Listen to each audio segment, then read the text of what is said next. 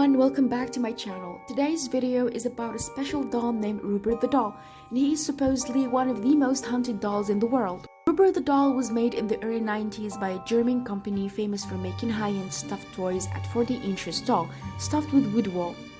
His large size indicates that he was likely made to be part of a window display. Not much else is known about the doll's origin though. The name Rupert comes from the doll's original owner, young Rupert Eugene Otto. While the boy went by Jean, he named the doll after himself Rupert. Some accounts say that the doll was given to young Jean by his father. Other accounts say that the doll was given to him by a mistreated maid who practiced black magic and voodoo. Just a side note guys, please be always nice to people. Anyways, Jean loved his doll Rupert and he formed a special bond with it. He dressed the doll in his own human clothing. He even formed an emotional attachment to the doll and it became his constant companion.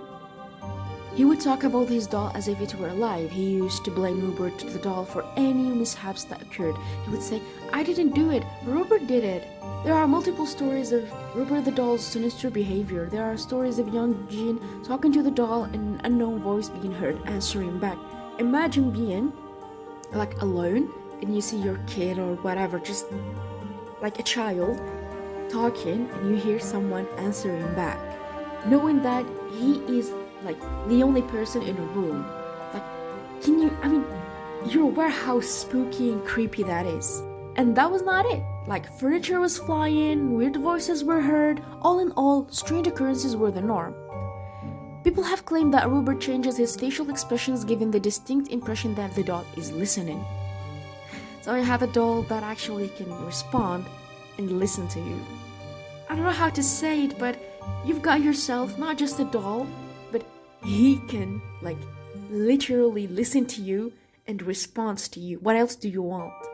Strange occurrences got really bad to the point that people got injured. One day a plumber working in the auto home heard laughter when no one was there. Then he noticed that Rupert the doll had seemingly moved across the room to a new spot all by himself. Jean grew up to be a well-known artist and, as an adult, eventually got married and moved back to his childhood home. Jean reconnected with his beloved Rupert the doll, allegedly much to his new wife's apprehension and dismay. Jean kept Rupert the doll in the attic, where he placed it at a window overlooking the street, spooking the locals and the passerbys. Rupert Eugene Otto died in 1974. The house was bought and the new owner kept Rupert for some 20 years before donating it to the museum. She told the museum that, quote, "He moved around her house on his own and was hunted. Visitors claimed that they heard footsteps too." So when it comes to interacting with Rupert the doll, there are 3 rules that you must follow. I'm afraid we already broke the 3 rules, but still, it's not too late. Number 1 is that you're supposed to introduce yourself.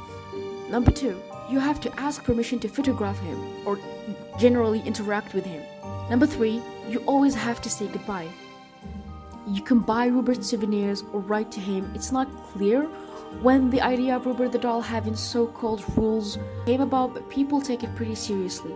A lot of people that took photographs of Rupert without his permission or disrespected him suffered from bad luck and had quite the bad consequences, such as car accidents, job loss, broken bones, divorce, and much more.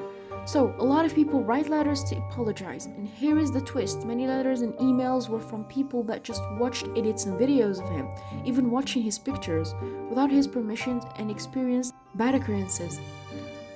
Personally, I'm taking no chances with Rupert here.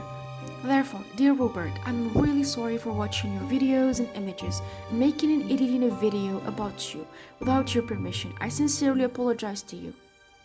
So yeah, I advise you to apologize to Rupert since you are interacting with his image and video. You don't want Rupert chasing you, don't you? Anywhere Rupert went, chaos and problems followed. He was donated to the Fort East Museum and locked in a glass case so he couldn't hurt anyone.